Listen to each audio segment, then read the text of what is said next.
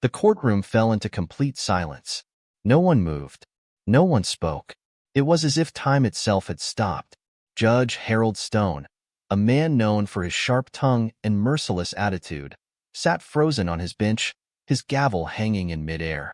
His eyes were wide with disbelief. His face, which had moments ago been twisted in amusement as he mocked the young man in the wheelchair before him, was now pale. The entire room, lawyers, reporters, jury members, watched in stunned shock. The disabled black teen who had just been humiliated moments ago had done something no one saw coming. He had just torn apart the prosecution's case with surgical precision, and he wasn't even supposed to be a lawyer. The judge had laughed at him, ridiculed his speech, and dismissed him as a joke. But now, in a courtroom where his fate had already seemed decided, the young man was standing, well, sitting, his ground, outsmarting the judge, the attorneys, and everyone else in the room. A slow, eerie realization washed over the judge's face. This teen wasn't just some random kid. He was a legal genius, a mastermind in disguise, and he had just turned the entire courtroom upside down. Judge Stone swallowed hard, his fingers trembling as he gripped the gavel. He opened his mouth to say something, anything, but before he could speak, the teen leaned forward in his wheelchair, locking eyes with him. "You should have been more careful, Your Honor," he said, his voice calm and cutting like a blade, "because you just walked into my trap." And with that, the courtroom erupted into chaos.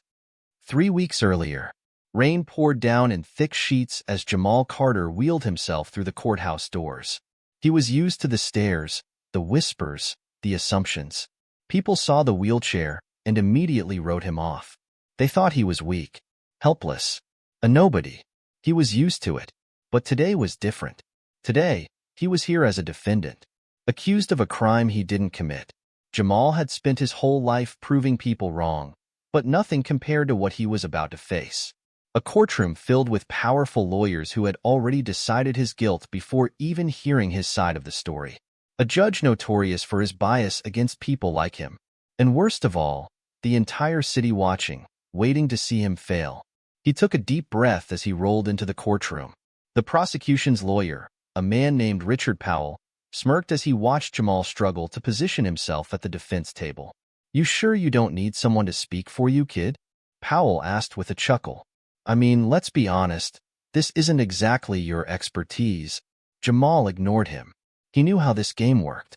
The judge, an older man with deep wrinkles and piercing gray eyes, peered down at him from the bench. "And who is representing the defendant?" Judge Stone asked, barely looking up from his papers. Jamal adjusted his tie. "I am, Your Honor." For a moment, there was silence. Then, laughter. Actual laughter.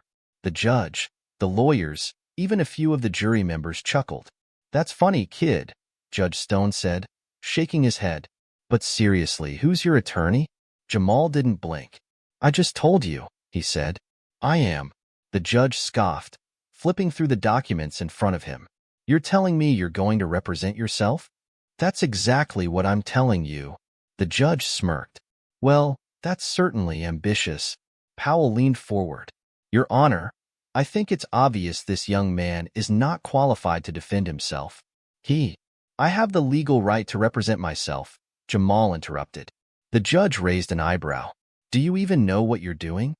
Jamal met his gaze with steady confidence. "We'll find out, won't we?" The judge chuckled, shaking his head. "This is going to be fun." The first hour of the trial was exactly what Jamal expected.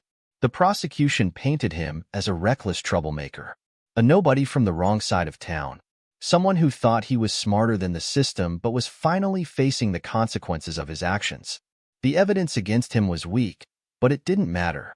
The jury had already made up their minds. The judge barely hid his smirks as Powell paraded witness after witness, each one telling half-truths or outright lies. Jamal stayed quiet, taking notes, waiting. And then, when it was his turn to cross-examine, everything changed. Jamal started slow, asking small, seemingly insignificant questions. But then, one by one, he began to pick their stories apart. Tiny cracks turned into gaping holes. Contradictions started piling up. Witnesses stuttered, their confidence slipping. Powell frowned, shifting uncomfortably in his chair. The judge stopped smirking. And then, when it was time to question the prosecution's star witness, Jamal dropped the hammer. He pulled out a piece of evidence no one saw coming. A single document. A document that could prove everything they had said about him was a lie. The entire courtroom held its breath as he placed it on the table, his fingers tapping lightly against the paper. "This," Jamal said, his voice steady, "is what you didn't want me to find." The color drained from Powell's face. The judge's smirk disappeared. And in that moment, everyone realized the truth. Jamal Carter wasn't some helpless kid. He wasn't a joke. He was the most dangerous person in that room, because he was smarter than all of them, and he had just turned the trial on its head. The courtroom was dead silent. Every eye in the room was locked onto the single sheet of paper that Jamal Carter had just placed on the defense table. Judge Stone's usual smug expression wavered for the first time that day. Powell, the prosecution's lead attorney, looked as if he'd just swallowed a lemon. Jamal didn't rush. He let the silence stretch, let the weight of the moment sink in. Then, finally, he leaned forward in his wheelchair and slid the document toward the judge. "You might want to take a look at this, Your Honor." The judge hesitated before reaching for it. His fingers tightened around the gavel, as if debating whether to shut this down before it went any further. But curiosity, or perhaps unease, got the better of him. He took the paper and adjusted his glasses. As soon as he read the first few lines, his entire face changed. His smirk disappeared. His jaw tensed. Powell sat up straighter, his eyes darting between Jamal and the judge. What is that?" Powell demanded, though his voice was noticeably less confident. Jamal folded his hands, his expression calm. "This is a signed affidavit from your so-called star witness." He turned to the jury. "You know, the one who swore under oath that he saw me at the crime scene?" Murmurs rippled through the jury box. Judge Stone's grip on the paper tightened. Jamal continued, his voice measured but firm. "This affidavit, written and signed just days before this trial, clearly states that your witness was not actually at the scene of the crime that night. In fact, he wasn't even in the same part of town. Which means," Jamal let his words hang for dramatic effect, "he lied under oath." Gasps spread across the courtroom. Powell's face turned an ugly shade of red. That doesn't prove anything." Powell stammered. "This could be fake. A trick." "Objection." Jamal cut in, his voice sharp. "Baseless accusation. I'd be happy to have a forensic expert confirm the signature if Mr. Powell has doubts." Judge Stone exhaled heavily through his nose. He knew this wasn't fake. And worse, he knew that Jamal had just changed the entire course of the trial. The jury was no longer looking at Jamal like he was a criminal. They were looking at Powell like he was the one trying to hide something. Jamal tapped his fingers against the table. "This isn't the only inconsistency I've found," he said casually. "But don't worry. I'll go through them all one by one." Judge Stone looked like he was chewing nails. He turned to Powell. "Mr. Powell, do you care to explain this?" Powell opened his mouth, but nothing came out. Jamal had him cornered, and he knew it. 3 weeks earlier, Jamal sat in the holding cell, staring at the cold concrete wall in front of him. He had been here before, not because he was a criminal, but because he had spent his life being treated like one. Growing up as a disabled black kid in a rough part of town, people assumed the worst about him before he even spoke. They saw the wheelchair and thought he was weak. They saw his skin and assumed he was trouble. And now, those same people were trying to throw him in prison for something he didn't do. The charge was serious: armed robbery. The evidence? Circumstantial at best. A grainy security camera photo of someone who looked like him. A witness statement from a guy with a criminal record longer than a grocery list. It was a setup. Jamal knew it. But knowing didn't mean much if he couldn't prove it. His court-appointed lawyer had been useless. The man barely looked at his case file, already convinced that Jamal was doomed. "Best thing you can do is take a plea deal," the lawyer had said with a sigh, flipping through papers like he had somewhere better to be. Jamal had clenched his fists. "I didn't do it." The lawyer barely glanced at him. "Doesn't matter. You're facing 20 years minimum. They'll offer you 5 if you plead guilty." "That's a gift." "A gift?" Spending 5 years locked away for something he didn't do? That wasn't a gift. That was a death sentence. And that was the moment Jamal made his decision. He was going to defend himself. He had spent years studying the law, learning everything he could, not because he wanted to be a lawyer, but because he had seen what happened to people like him when they didn't understand the system. He had read case files for fun, memorized courtroom procedures, studied legal loopholes the way other kids memorize song lyrics. And now, it was time to put that knowledge to use. The first day of the trial had been brutal. Judge Stone had made it clear from the start that he didn't take Jamal seriously. Powell had practically laughed in his face. Even the jury had looked at him like he was some kind of joke.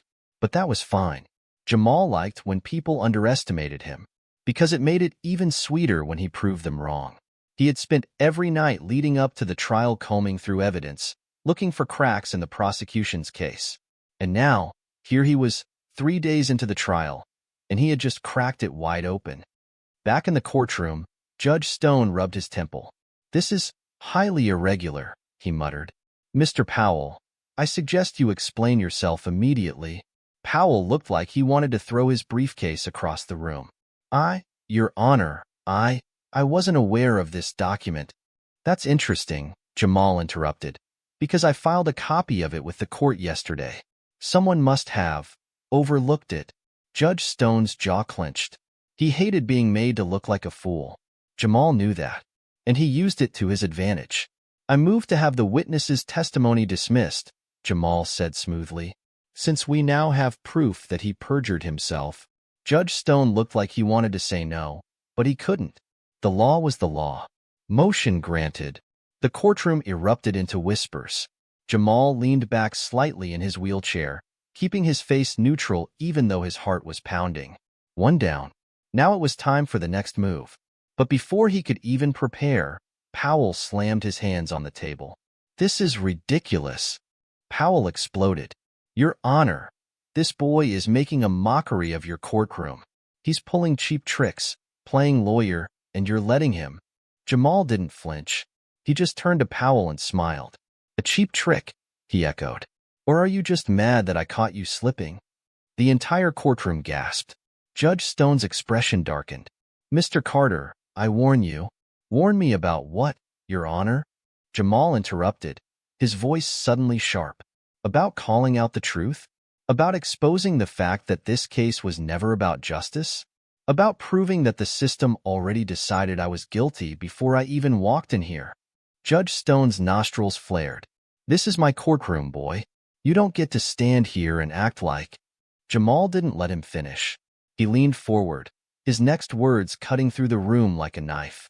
"No, Your Honor. This is my trial." And with that, the entire courtroom exploded into chaos. The courtroom was in complete mayhem. Voices clashed, chairs scraped against the floor, and a storm of whispers filled the space like a rising tide. Judge Stone slammed his gavel down so hard the sound cracked through the room like a gunshot. "Order! Order in the court!" he bellowed, his face flushed with anger. But the damage was already done. Jamal Carter had just flipped the trial on its head, and everyone in the room knew it. Powell, the prosecution attorney, was practically shaking with frustration. He pointed a trembling finger at Jamal, his voice an octave higher than usual. "Your Honor, this is completely outrageous. This kid is making a joke out of the judicial system." Jamal turned his head slowly, his calm eyes locking onto Powell like a predator sizing up its prey. "I'm not making a joke out of the system," he said coolly. "I'm exposing the fact that the system is a joke." The jury gasped. Judge Stone's nostrils flared. "You watch your mouth, Carter." Jamal didn't blink. "Why? You don't like hearing the truth?" A vein bulged in the judge's forehead. "I will hold you in contempt." Jamal raised his eyebrows. "For what? Defending myself?" Silence. The room was trapped in a moment of tense stillness. Judge Stone's grip on his gavel tightened. His face twitched, the muscles in his jaw working as he searched for something, anything, to put Jamal back in his place. But there was nothing he could do. Jamal had him pinned. The courtroom doors suddenly burst open, and a uniformed officer hurried over to whisper something into the judge's ear. Judge Stone's frown deepened as he listened. His fingers flexed and then, just for a moment, his eyes flickered toward Jamal, something unreadable in his gaze. Then he nodded, dismissing the officer, and turned his attention back to the courtroom. "This trial is adjourned until tomorrow morning," he announced abruptly. "We will reconvene at 9 a.m. sharp." The jury looked confused. Powell looked like he wanted to protest, but before he could say anything, Judge Stone slammed his gavel again. "Court is adjourned." And just like that, the session was over. Jamal exhaled, rolling his shoulders as people began filing out. He had done what he needed to do today, but something was off. Judge Stone had looked worried for a second, and Jamal knew better than to ignore a crack in the foundation. The moment he wheeled out of the courtroom, Jamal felt the change in atmosphere. There were more officers in the hallway than before. They weren't looking at him, but they were aware of him, watching from the corners of their eyes. Jamal's gut tightened. Something wasn't right. "Yo, Jamal," a familiar voice called out. He turned his chair and spotted his best friend, Malik, rushing toward him. Malik was tall, built like a linebacker, and always had a way of making people either feel safe or intimidated, depending on whether they were his friend or his enemy. Right now, he looked tense. "That was crazy in there, bro," Malik said, gripping Jamal's shoulder. "You really had that judge sweating, da." Jamal smirked, but it didn't reach his eyes. "Yeah, but did you notice the way court ended?" Malik's grin faded. "You think something's up?" Jamal nodded. "Definitely." Malik scanned the hallway. "What you want to do?" Jamal thought for a second. Then he made a decision. "We need to find out why they adjourned early." That night, Jamal sat in his apartment, his laptop open in front of him. The rain outside tapped gently against the window, and the dim glow of his screen reflected in his sharp brown eyes. His instincts were screaming at him that something had shifted in his case. Judge Stone didn't adjourn court early for no reason. And Powell, he had been too mad, almost panicked. Jamal pulled up the court records, digging deeper into the prosecution's evidence. He already knew they had lied, but now he needed to find out why they were lying. Because one thing was becoming very clear. This wasn't just about pinning a crime on him. It was bigger than that. The real question was, who was behind it? His fingers danced over the keyboard, his mind working like a machine. Then, a message popped up on his screen. "Anonymous sender. Stop digging." Jamal's pulse spiked. His fingers hovered over the keyboard. Another message appeared. "Anonymous sender. You don't know what you're getting into. Drop it." Jamal's jaw clenched. He took a deep breath, then typed back. "Or what?" For a moment, nothing happened. Then, one final message. "Anonymous sender, or you won't live to see the verdict." Jamal's blood turned ice cold. The screen suddenly flickered. Then, click, his laptop shut off by itself. A chill ran down his spine. Someone was watching him, and they weren't just trying to beat him in court. They were trying to erase him completely. Jamal's hands tightened into fists. If they thought that would scare him off, they didn't know who they were dealing with. Because he wasn't just going to fight this case. He was going to burn their entire system down. Jamal sat frozen, his laptop screen now black, his heartbeat pounding in his ears. Someone was watching him, someone powerful, and they wanted him gone. His fingers hovered over the keyboard for a moment, but he knew there was no point in trying to restart the laptop. Whoever sent that message had already made their move. A quiet knock at the door made him snap his head up. Jamal's instincts screamed at him to be cautious. No one ever visited him this late. Rolling his wheelchair toward the door as silently as possible, he reached for the metal baseball bat Malik had left with him just in case. Another knock. This time, a little louder. Jamal took a slow breath and called out, "Who is it?" Silence. Then, "It's me." Jamal relaxed slightly. It was Malik's voice. But he wasn't stupid. He still checked the peephole.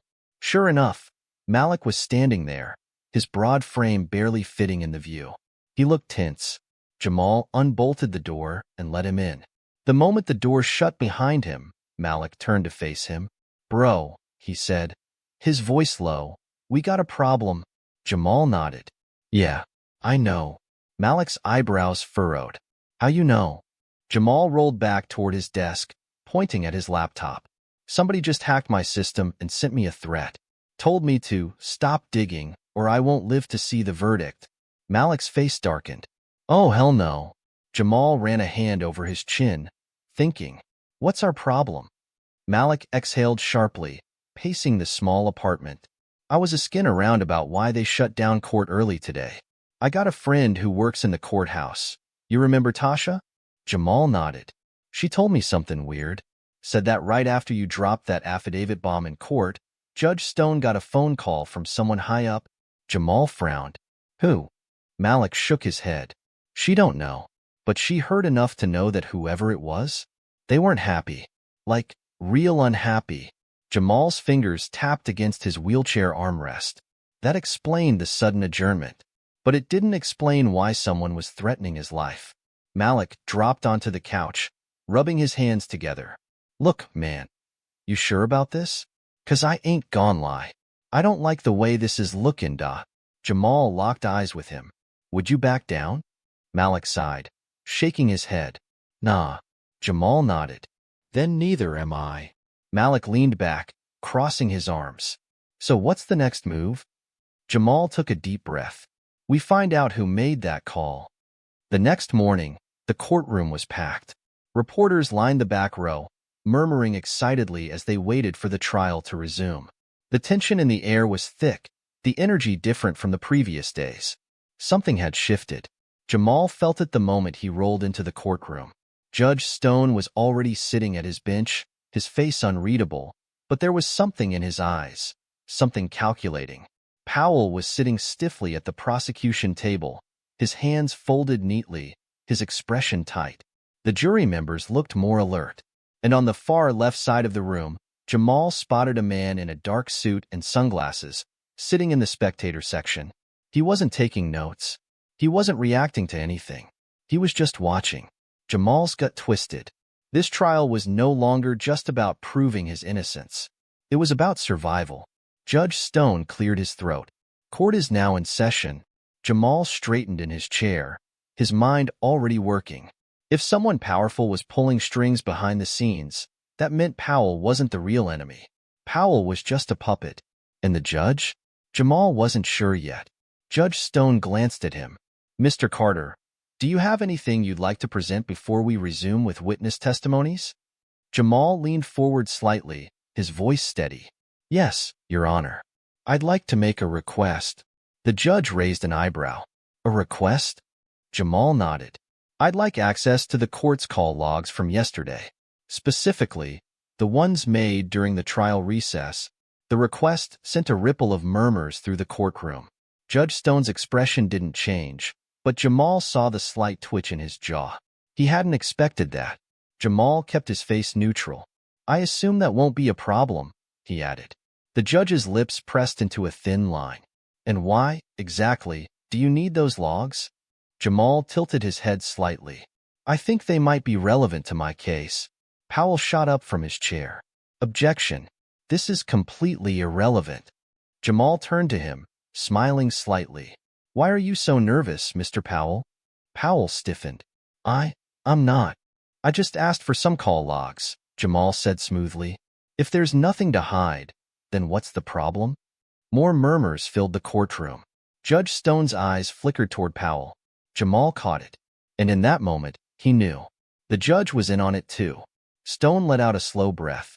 Request denied. Jamal's stomach clenched. Of course. He had expected this. But the way the judge denied it so quickly, so definitively, he had just confirmed what Jamal suspected. They were hiding something. And he was running out of time to find out what. Jamal took a steady breath and leaned back in his chair. The game had just changed. And if they thought they could shut him down that easily, they had no idea what they were up against.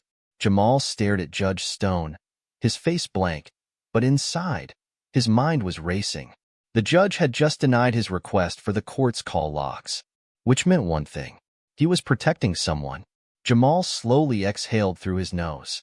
He needed to play this carefully. If he pushed too hard, they'd shut him down completely. But if he let them think they were still in control, well, then he could trap them. He adjusted his tie and nodded. Understood, Your Honor. Judge Stone raised an eyebrow, as if surprised that Jamal didn't argue further. Powell smirked, thinking he had won something. Let them think that, Jamal thought. The judge cleared his throat. Very well. We will proceed with the next witness. Powell stood, his confidence back. The prosecution calls Detective Kyle Wren to the stand. A tall, broad-shouldered man with graying hair made his way to the witness stand.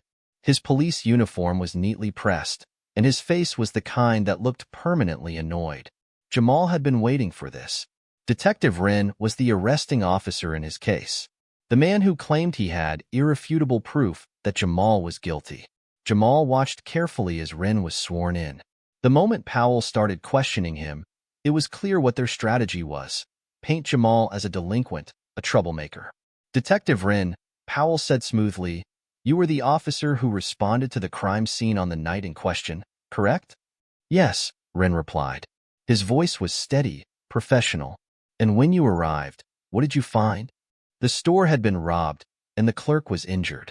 Witnesses described the suspect as a young black male, late teens, wearing a hoodie. Security footage confirmed that description. Powell nodded and turned toward the jury. And when you later identified the suspect as Jamal Carter, were you certain he was the perpetrator? Absolutely. Powell smiled like a wolf. And why is that? Detective Wren folded his arms. Because we found the stolen goods in his neighborhood, not far from where he was seen that night. Murmurs spread through the courtroom. Jamal didn't move. He let the moment hang, let the jury absorb what they just heard. Then, when Powell was done, Jamal rolled himself forward. Your witness, Judge Stone said. Jamal adjusted his posture. This was it, the moment where everything changed. He tapped his fingers lightly on the table before speaking.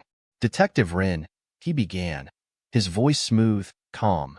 You said you found the stolen goods in my neighborhood, not on me, not in my house, but in my neighborhood, correct? Wren hesitated. That's correct. Jamal tilted his head slightly. And tell me, detective, how big is my neighborhood? Wren frowned. What?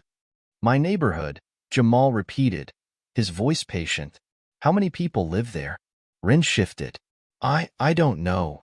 Jamal raised his eyebrows. Would you say it's more than 100 people? Yes. More than 500? Yes. More than 1,000? Wren's jaw clenched. Yes. Jamal leaned forward slightly. So, let me get this straight. You're saying that because somewhere in a neighborhood of over 1,000 people, you found stolen goods, that automatically means I put them there? Wren's mouth opened, then closed. Jamal didn't let him recover. Did you find my fingerprints on those stolen goods? Wren looked at Powell. Jamal smiled. I'll repeat the question. Did you find my fingerprints on those stolen goods? Wren shifted. No. Jamal nodded, pretending to think. Did you find any evidence that directly linked me to those stolen goods? Wren's jaw tightened. We had an eyewitness. Jamal held up a hand. Oh, you mean the same eyewitness who just admitted in an affidavit that he wasn't even there? Silence. The jury leaned forward, eyes locked on the detective. Jamal could feel it, the momentum shifting. He crossed his arms. Detective, tell me, isn't it true that you arrested me before even checking to see if I had an alibi? Wren's face darkened. That's... Answer the question, Jamal interrupted smoothly. Yes or no? Yes. Boom.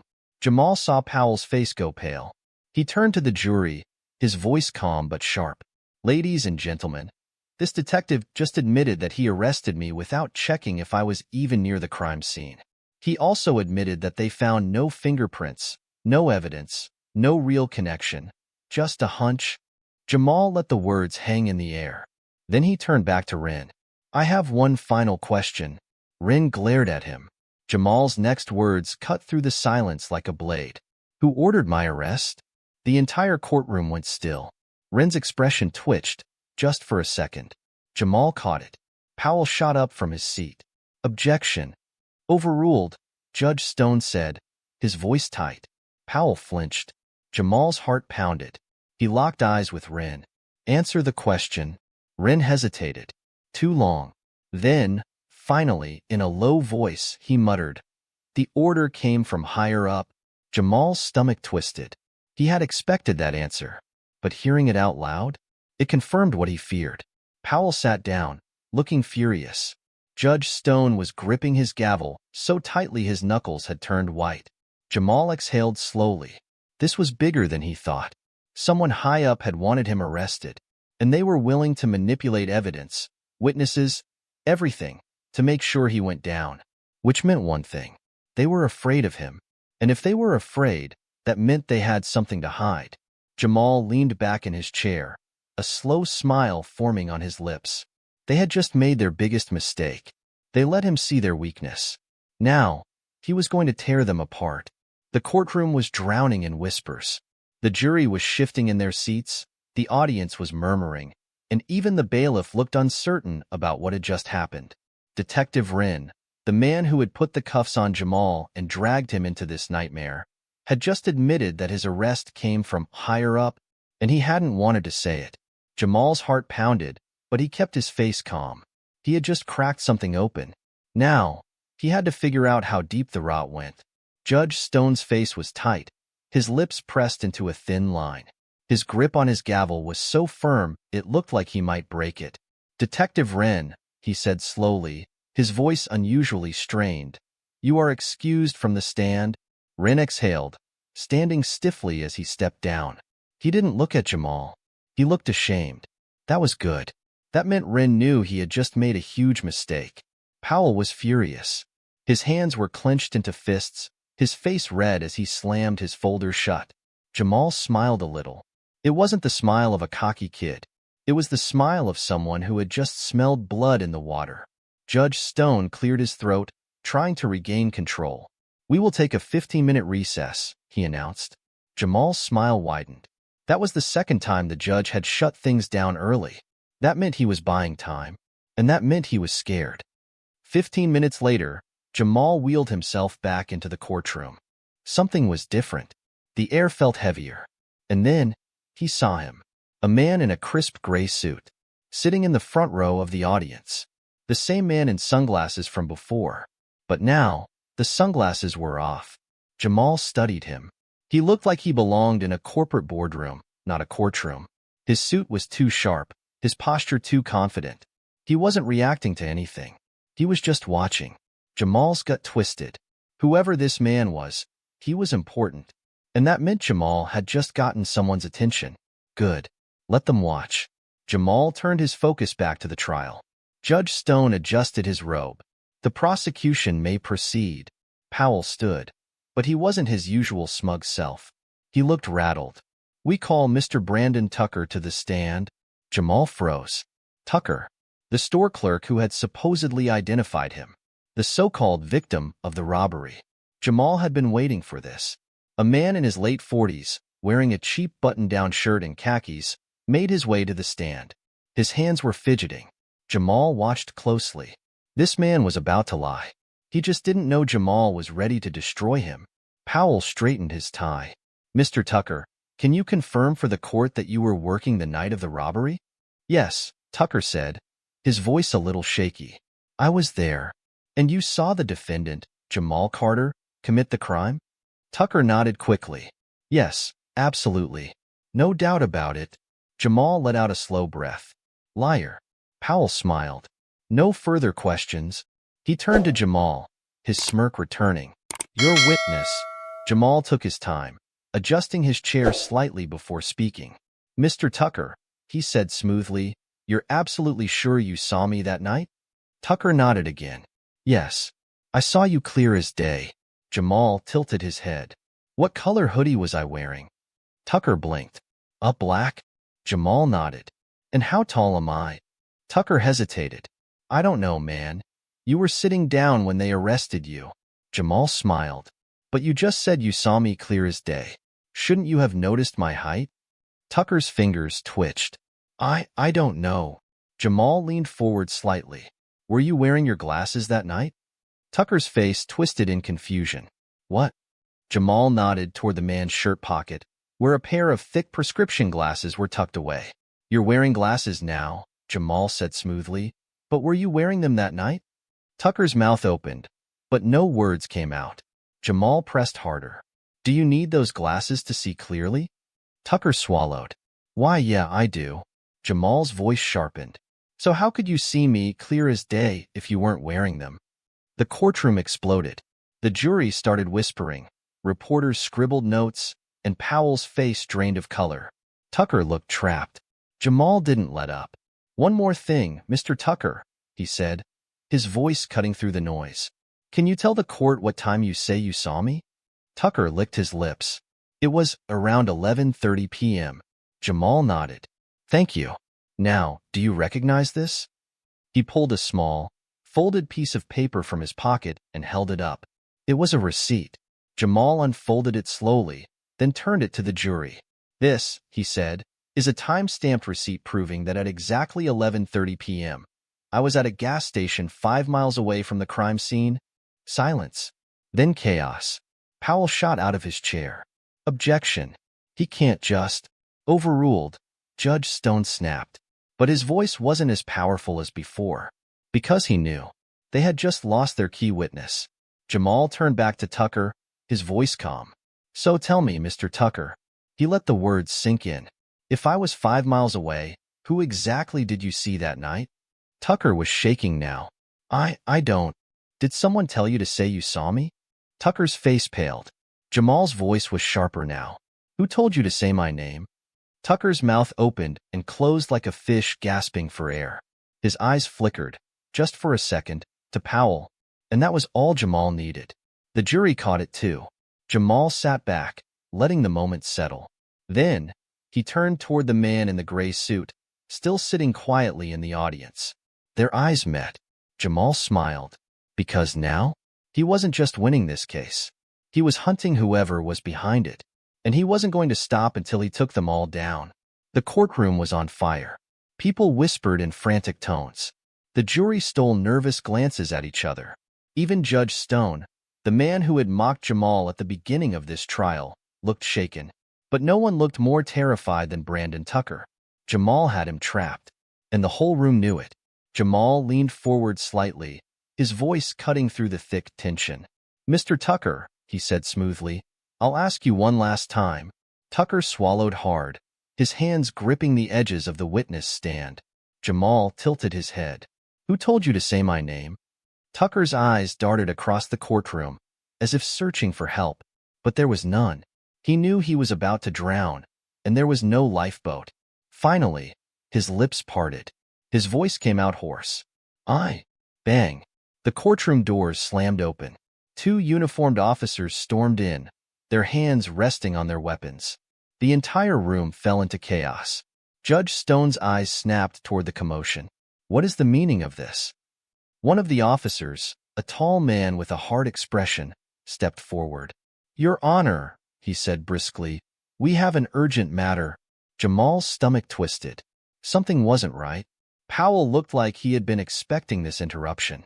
His smug expression had returned, and his arms were folded like a man watching his problems disappear. Jamal clenched his jaw. They were trying to bury his momentum. And worse, they were doing it legally. Judge Stone frowned. "What kind of urgent matter?" The officer didn't flinch. "We have an arrest warrant." Silence. Then, murmurs filled the room. Jamal's blood ran cold. "An arrest warrant?" The officer turned his head, and then he pointed right at Malik, Jamal's best friend. Jamal's stomach dropped. Malik blinked in shock. "Wait, what?" Jamal's hands tightened on his chair's armrests as the officers moved toward Malik, their presence heavy, their movements firm. "This is a mistake," Malik protested, stepping back. "I didn't do anything." Jamal's mind raced. This wasn't an accident. This was a message. A warning. Jamal turned sharply to Powell. The smirking prosecutor didn't even look at him. He just straightened his tie and said, Well, what an unfortunate coincidence." Jamal felt the rage in his bones. They were playing dirty. They knew Jamal was getting too close to the truth, so they were coming after the people he cared about. Judge Stone, of course, didn't stop it. "Officer," he said smoothly, "what are the charges?" The officer pulled out a piece of paper, reading aloud. "Malik Thompson, you are under arrest for obstruction of justice and witness tampering." Gasps filled the room. Jamal couldn't believe what he was hearing. Malik? Witness tampering? It was a joke. A blatant, Ugly lie. Malik's face was twisted in fury. That's a lie, man. I ain't tamper with nobody. The officer didn't care. Turn around and place your hands behind your back. Jamal's heart pounded. He had to stop this. He turned to Judge Stone. This is a setup, he said sharply. They're trying to intimidate me. Judge Stone's expression was unreadable. Just look over his shoulder. And what he said next sent chills down Jamal's spine. They're scared of you, bro, Malik said. That's why they're doing this. Then he was gone, taken away like a pawn in someone's twisted game. Jamal sat there, gripping his chair so tightly his fingers ached. Judge Stone cleared his throat. Shall we continue, Mr. Carter? Jamal turned his head slowly, looking the judge dead in the eye. His voice was cold. Yes, Your Honor, he said. Let's continue. The judge's face remained neutral, but there was something in his eyes. For the first time, he looked nervous. Jamal had seen it. And now, he was going to burn this entire system to the ground. Jamal sat motionless, his jaw clenched so tightly it ached.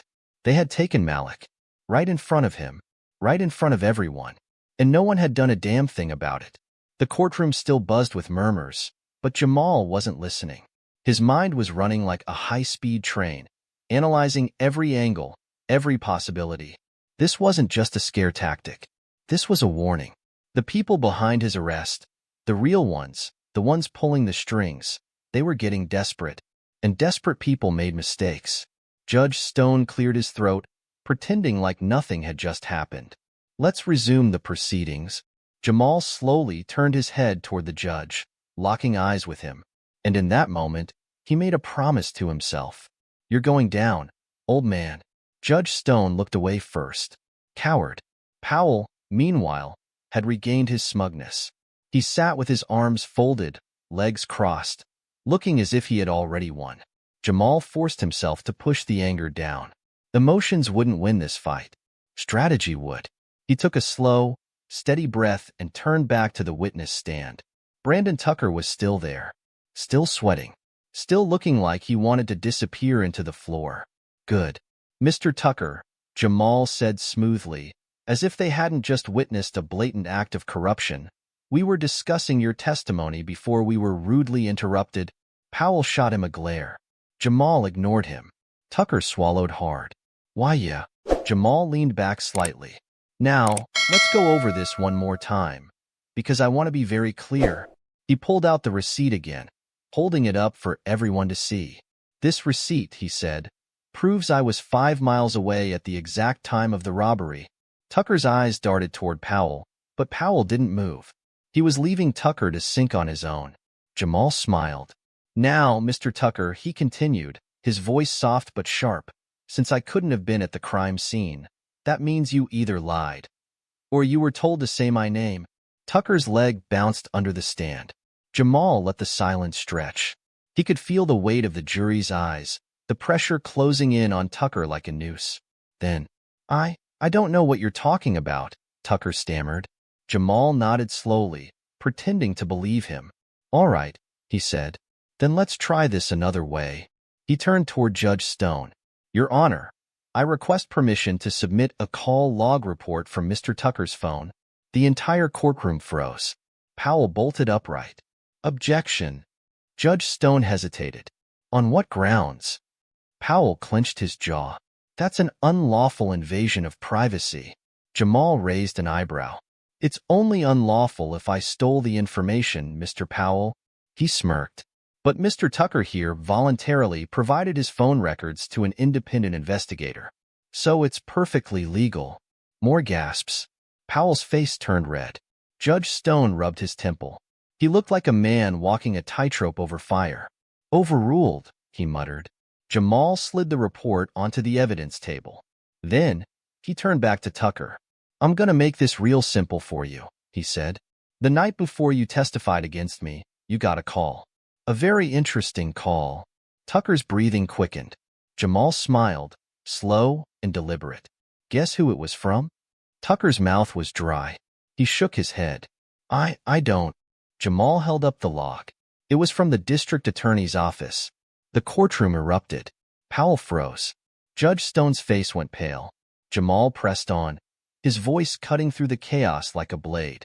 "Now, I'm just guessing here, but I'm willing to bet that the person who called you told you exactly what to say in court."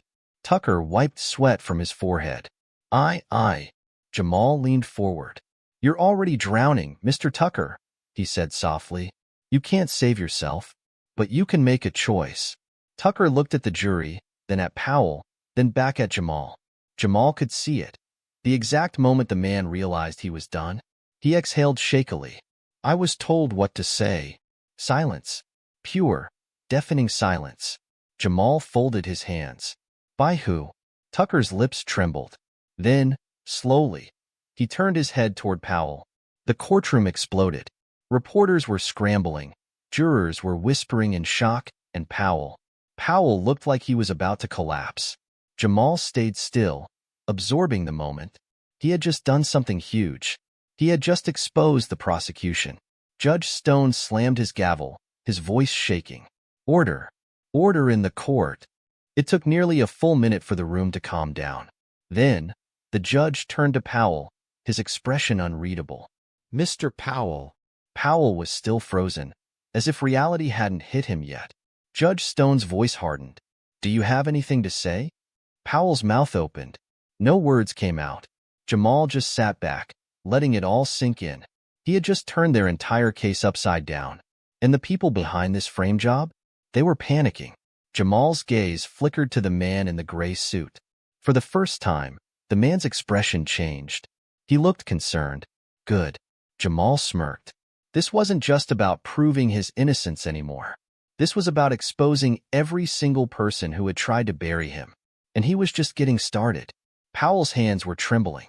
His usually neat tie was slightly loosened, and for the first time since this trial began, he looked completely lost. Judge Stone sat stiffly on the bench, his fingers wrapped so tightly around his gavel that his knuckles were white. The entire courtroom was frozen in the aftermath of Tucker's confession. Jamal let the moment breathe. He wanted everyone to feel it. The weight of what had just happened. A key witness had just admitted, under oath, that he had been told what to say. And the person who had told him? The prosecution itself. Powell finally found his voice, but it was shaky.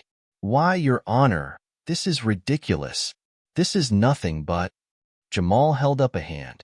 "Actually, it's perjury, tampering, and obstruction of justice," he said calmly. "But I get it, Mr. Powell. It's easy to confuse those things when you're the one committing them." Laughter rippled through the audience. Judge Stone banged his gavel hard. "That's enough." Jamal turned toward him, locking eyes.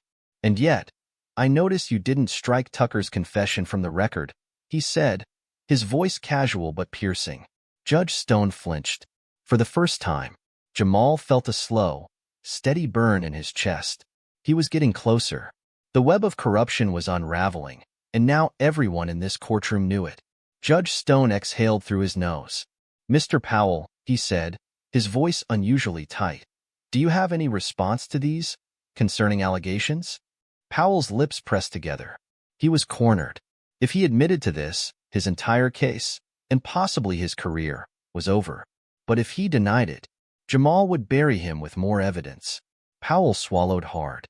"Your Honor," he said carefully, "I believe we need a recess." "Coward."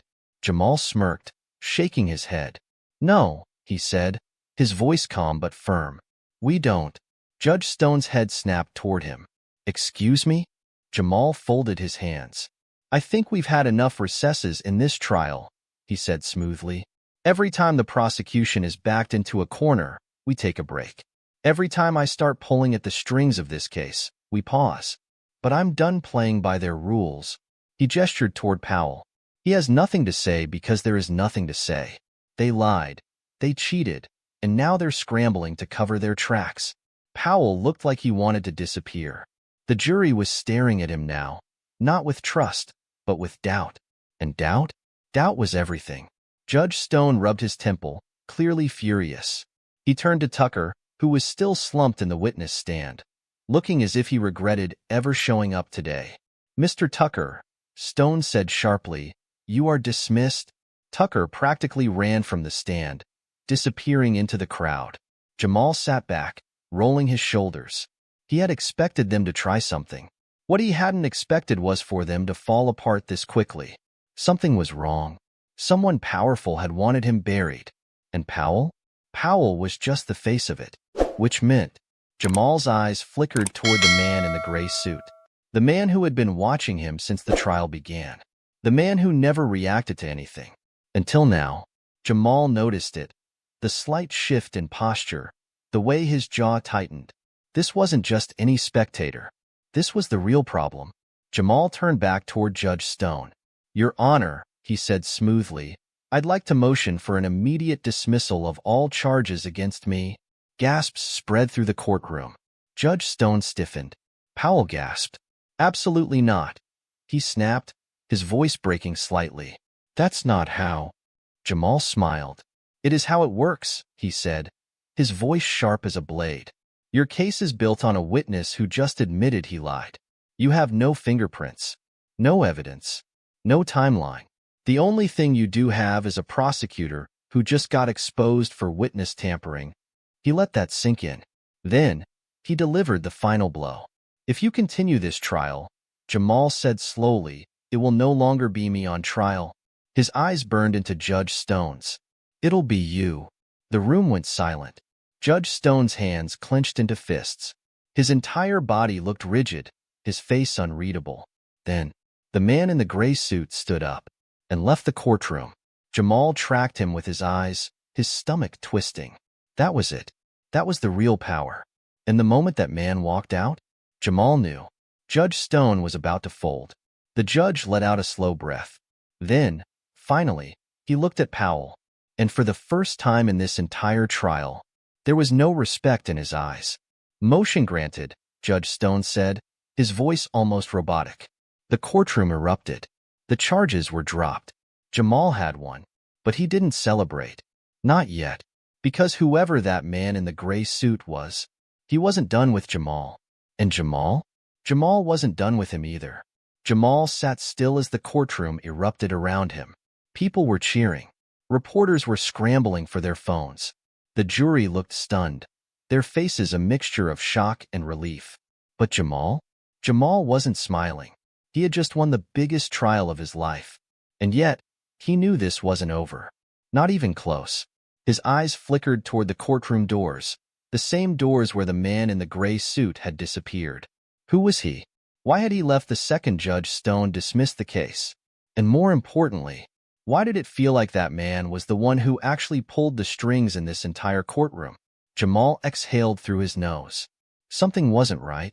Judge Stone cleared his throat, forcing the room back to order. His voice was stiff, robotic. "This court is adjourned." He banged his gavel one last time, then immediately stood up and walked out, fast. Jamal smirked to himself. The man was rattled. He should be. Jamal had humiliated him. But he had a feeling Judge Stone wasn't the biggest fish in this dirty pond. Powell, meanwhile, looked like a man who had just lost everything. His hands were shaking as he packed up his files. Jamal wheeled himself forward slightly. "Rough day?" he asked smoothly. Powell snapped his head toward him, eyes blazing. "You think this is over?" Jamal raised an eyebrow. "Legally? Yeah." Powell let out a bitter laugh. "You really don't know what you just did, do you?" Jamal tilted his head. "Oh, I know exactly what I did," he said. "I exposed you." Powell smirked, but it was empty. Hollow. "You exposed me, huh?" he muttered.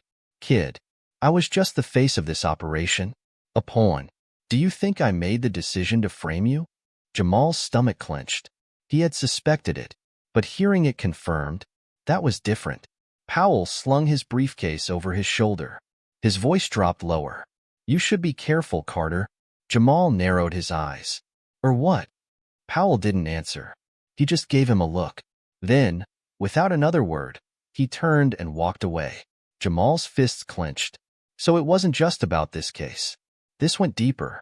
And if Powell wasn't the one calling the shots, then who was? Outside the courthouse, the streets were chaos. Reporters swarmed the steps, their cameras flashing, their voices overlapping as they shouted for a statement. Jamal wheeled himself forward, his expression unreadable.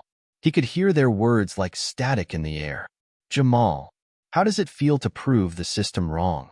Did you expect to win? Who do you think was behind your false arrest? That last question stuck. Because he wanted to know. Malik was waiting at the bottom of the courthouse steps, his arms crossed, a proud grin on his face. The cops had let him go the second the trial ended, probably because they knew their case against him was just as weak as the one against Jamal. Jamal rolled up beside him. Malik smirked. Told you they were scared of you, bro. Jamal exhaled. Yeah, but that's what worries me. Malik frowned.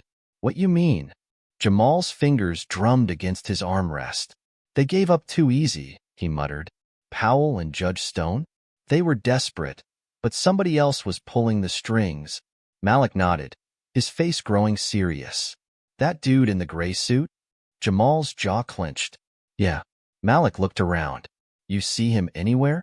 Jamal scanned the crowd. Nothing. The man had vanished. Jamal swallowed hard. No. Malik patted his shoulder. Forget him, man. You won. You ain't gotta think about this no more. Jamal wished that were true, but his gut told him otherwise. Later that night, Jamal sat in his apartment, staring at the court documents spread across his desk. Something wasn't sitting right. If Powell wasn't the mastermind behind his arrest, then who was? He grabbed his laptop and pulled up his case file. There had to be something in here. Something he had missed.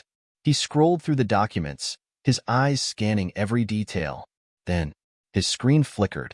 Jamal froze. For a split second, his entire screen turned black. Then, a single message appeared. Stop digging. Jamal's heart pounded. Another message popped up. You got lucky today. Walk away. Jamal's fingers hovered over the keyboard. A third message. This time, we framed you. Next time, we won't need to. Jamal stood up so fast his chair rolled back. This wasn't over. It was just beginning. And now? Now, he knew who his real enemy was. Whoever they were watching him, and they weren't done with him yet. Jamal exhaled, his pulse racing. Then, slowly, he typed back, "Bring it." The screen shut off instantly. Jamal stared at his reflection in the dark monitor. They thought they could scare him. They thought he would just walk away. They were wrong. Because now, Jamal was coming for them. Jamal didn't sleep that night. Not because he was scared. Because he was angry. Whoever was behind this, the frame job, the trial, the threats, they thought they could control him. They thought they could shut him up. But they had made one huge mistake. They let him win. And now, he had power. Jamal sat at his desk, staring at his blacked-out laptop screen. His heart was pounding, but his mind was clear. They had sent him a warning. But what they didn't realize was that Jamal Carter didn't do warnings. He did counterattacks. His fingers flexed over his keyboard. The system rebooted. They had shut down his laptop remotely, but Jamal had spent years learning how to work around problems like this. He ran a security check. His entire system had been compromised. Someone had remote access to his files, his browsing history, everything. He clenched his jaw. Whoever they weren't playing games. Neither was he. Jamal pulled out his phone and dialed. Malik picked up on the first ring. Bro, it's 3 in the morning. Jamal didn't bother with small talk. I need you to come over. Malik sighed. Man, you just won your case. Can't you take a minute to breathe? Jamal's voice was cold. They hacked my laptop. Silence. Then, I'm on my way. 15 minutes later, Malik stormed into Jamal's apartment, his hoodie pulled up, his face tight with tension. They really came at you again? He asked. Jamal nodded, tilting his laptop screen to show Malik the last messages. Malik let out a low whistle. Damn, they really don't want you sniffing around. Jamal leaned back. Which is exactly why I am sniffing around. Malik frowned. Bro, what if this ain't some small-time setup? What if it's bigger? Jamal finished. I know it's bigger. Malik exhaled. Then why poke the bear? Jamal's fingers drummed against his desk. Because if I don't, they'll keep coming for me anyway. He turned his laptop back on and pulled up a new search. I need to figure out who that man in the gray suit was. Malik scratched his head. You sure he's the big boss? No, Jamal admitted. but I am sure that he wasn't just some random guy watching the trial. He left right when I turned the case on its head. Malik's face darkened. Like he knew the game was up. Jamal nodded. Exactly. He scrolled through online databases, searching for any recent government officials, corporate executives, or high-ranking law figures who had been seen at the courthouse. Nothing. Whoever this man was, he was good at staying hidden. Jamal exhaled sharply. Fine. If he couldn't find the man directly, he'd have to go another way. He pulled up Judge Stone's records. If there was one thing Jamal had learned in his years of studying the law, it was that everyone left a paper trail. Malik leaned over his shoulder. You trying to dig up dirt on the judge? Jamal's eyes narrowed. No. I'm trying to see who owns him. An hour later, Jamal found what he was looking for. It was buried deep, hidden in layers of shell companies and political donations. But there it was. A massive financial contribution made to Judge Stone's re-election campaign 2 years ago. The amount? $2 million. Jamal's stomach tightened. Malik whistled low. That's a whole lot of money for a local judge. Jamal nodded. And guess who it came from? Malik leaned in, reading the screen. His eyes widened. Echelon Holdings? Jamal's mouth was dry. He had heard that name before. A massive private conglomerate. They had their hands in everything. Finance, tech, real estate, even law enforcement. They were everywhere. And they were powerful. Malik rubbed his chin. So you're telling me some giant company paid off Judge Stone? Jamal exhaled. Not just paid off. Owned him. Malik shook his head. Bro, you gotta stop. Jamal turned sharply. No. Jay, listen to me, Malik said, his voice firm.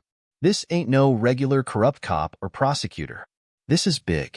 You're talking about going after the kind of people who can make people disappear.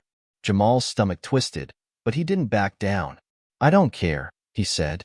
They tried to take me down, and when that didn't work, they threatened me. Then they came for you. Malik's jaw clenched.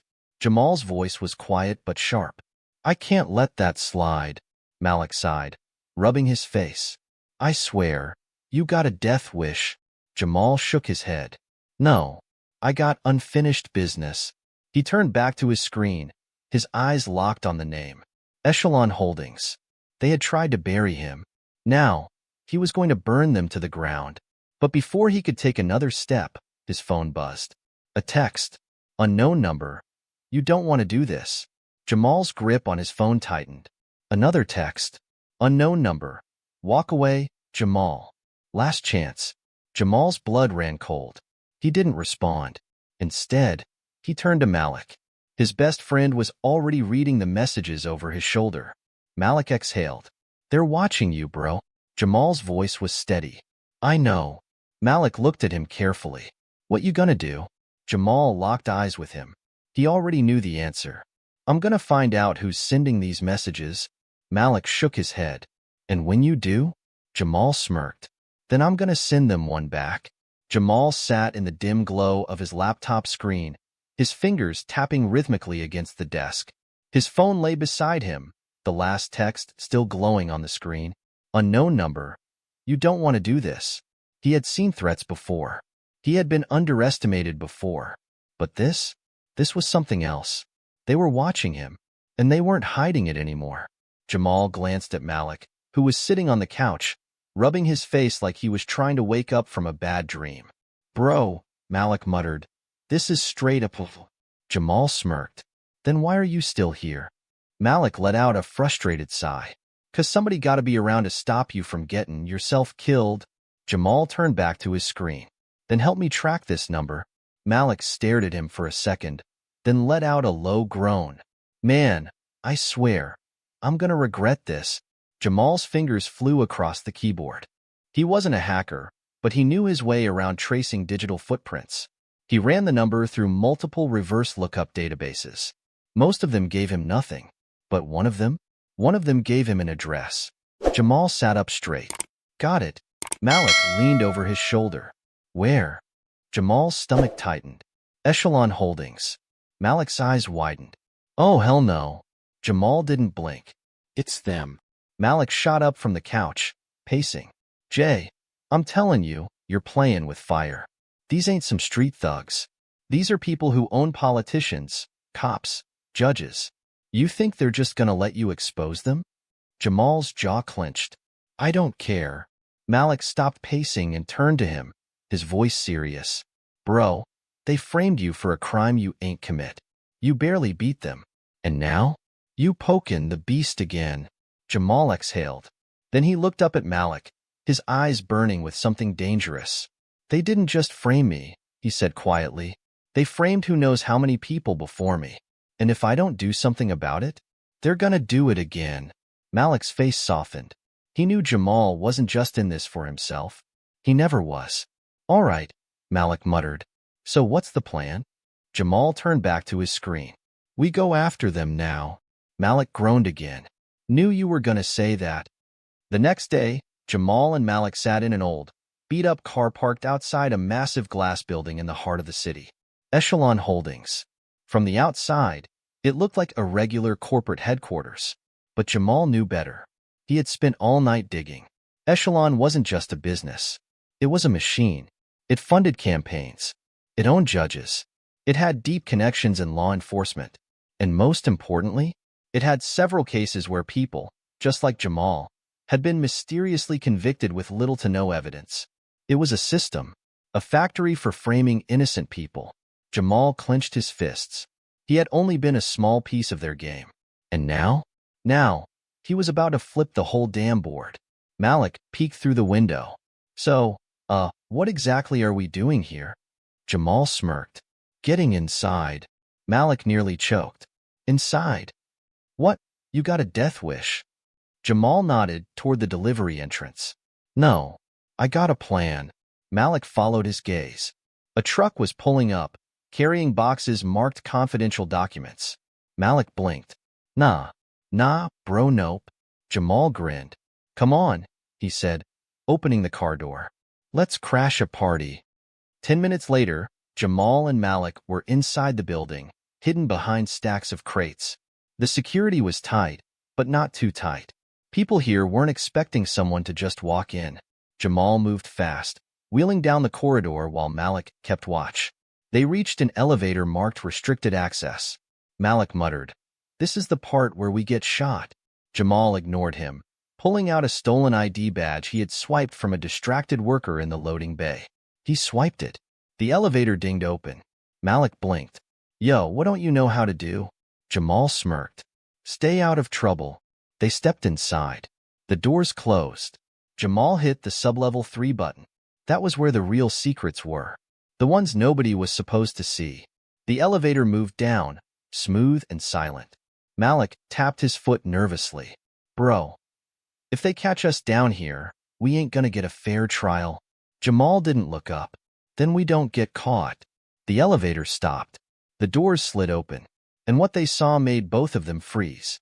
Rows and rows of filing cabinets, stacks of documents, computer screens flashing case numbers, photos, names, people who had been framed. Malik whispered, "What the hell is this place?"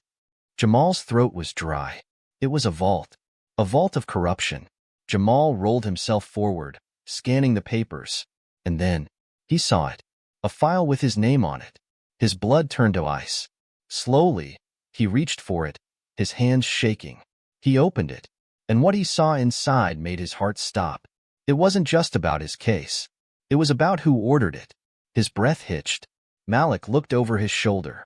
Yo, what is it? Jamal turned to him, his face pale. It's him. Malik frowned. Who? Jamal swallowed hard. Then, he whispered the name. The name of the man who had orchestrated everything. The man in the gray suit. The man who had watched him in court. The man who had left when things went sideways. And now, Jamal had proof of who he was. The Attorney General. Malik took a step back. Nah, no way. Jamal clenched his fists. Oh, it was very real. The highest legal authority in the state had been running a framing ring. And Jamal Carter? He had just found the evidence to take him down. But before he could even process it, a deep click echoed behind them, the sound of a gun being cocked. Jamal and Malik froze. A voice spoke from the shadows. Cold, controlled. Well? Jamal turned slowly. And there he was, the man in the gray suit, standing in the doorway, holding a gun. His face was calm. His eyes were unreadable. And then he smiled. "I told you to walk away, Jamal." Jamal's heart pounded, but he didn't panic. Instead, he smirked and said the one thing that would change everything. "You're under arrest."